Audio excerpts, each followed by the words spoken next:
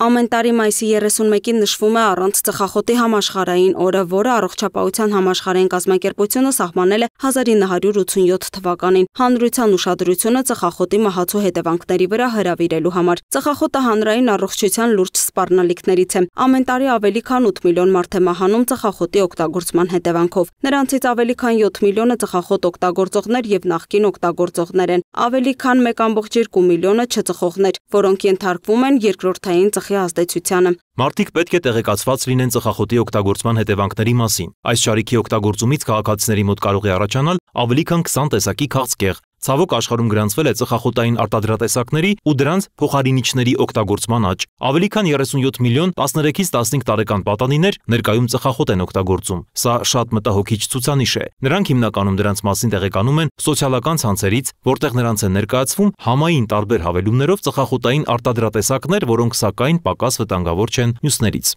Ծխախոտի օգտագործմամբ պայմանավորված Հայաստանում ամեն տարի հիվանդություններից մահանում է ավելի քան 5500 բնակիչ։ Ծխախոտային արտադրատեսակների եւ դրանց փոխարինիչների բոլոր տեսակները վնասակար են առողջության համար։ Չկա դրանց անվնաս չափաբաժին։ Տենդենսները այնպիսին են, որ նորարարական ծխախոտային ապրանքան տեսակները, ինչպես տաքացվող միջոցով օգտագործվողը կամ էլեկտրոնային սիգարետները կամ այլ նիկոտին պարունակող ապրանքատեսակները, իրենք շատ ուժեղ ձևի սկսում են թափանցել մեր շուկա, թափանցում են ոչ միայն շուկա, այլ նաև ձեռք բերում են նոր սպառողներ։ Պետք է ասեմ, որ իրականում վիճակագրությունը ցույց է տալի, որ մեր մոտ ոչ թե օգտագործումն է բարձրանում, մեր մոտ օգտագործումը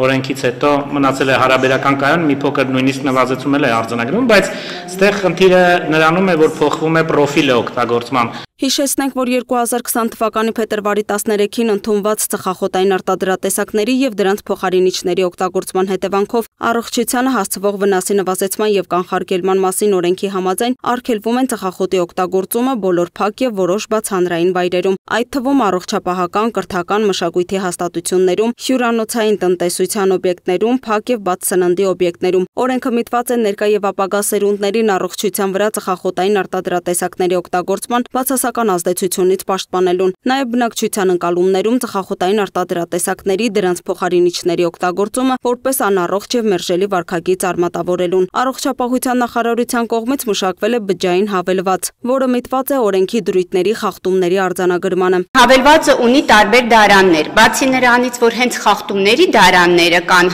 արձանագրման, կա տեղեկատվության դարաններ, ապա սկզբից քաղաքացին կարող է ծանոթանալ օրենքի դրույթներին, դրան վերաբերող արդեն յուրաքանչյուր դրույթի դեպքում ինչպիսի տույժ է սահմանված, բացի դրանից ծխախոտային արտադրատեսակների վնասակարությունների մասին, բացի ծխախոտային նաև իհարկե նորարարական էլեկտրոնային ծխախոտի վերաբերյալ տարբեր արտադրատեսակների վնասակարության մասին կարող են ծանոթանալ, իմանալ թեժգծի գործման մասին, թեժգծի նկատի ունեմ ծխախոտային արտադրատեսակների դադարեցման ուղղված խորհրդատվության ոնց որ ծառայությունը, կարող են ծանոթանալ այդ ամենին, տեղեկատվական բնույթ էլ ունի։ Ծխախոտի օգտագործման օրենքի խախտման վերաբերյալ տվյալները հավաքագրվում են գերատեսչության կողմից եւ ներկայացվում համապատասխան վերահսկողության մարմին։ Դա լինի առողջապահական եւ աշխատանքի տեսչական մարմինը կամ շուկայի վերահսկողության տեսչական մարմինը կամ ոստիկանությունը։ Ընդ որում ոստիկանության տեսակետից տվյալները հավաքագրվելու են ավտոմատացված կերպով եւ ներկայացվելու են իրենց, եթե մեկ վայրում 3-ից ավել խախտում հայտնաբերվի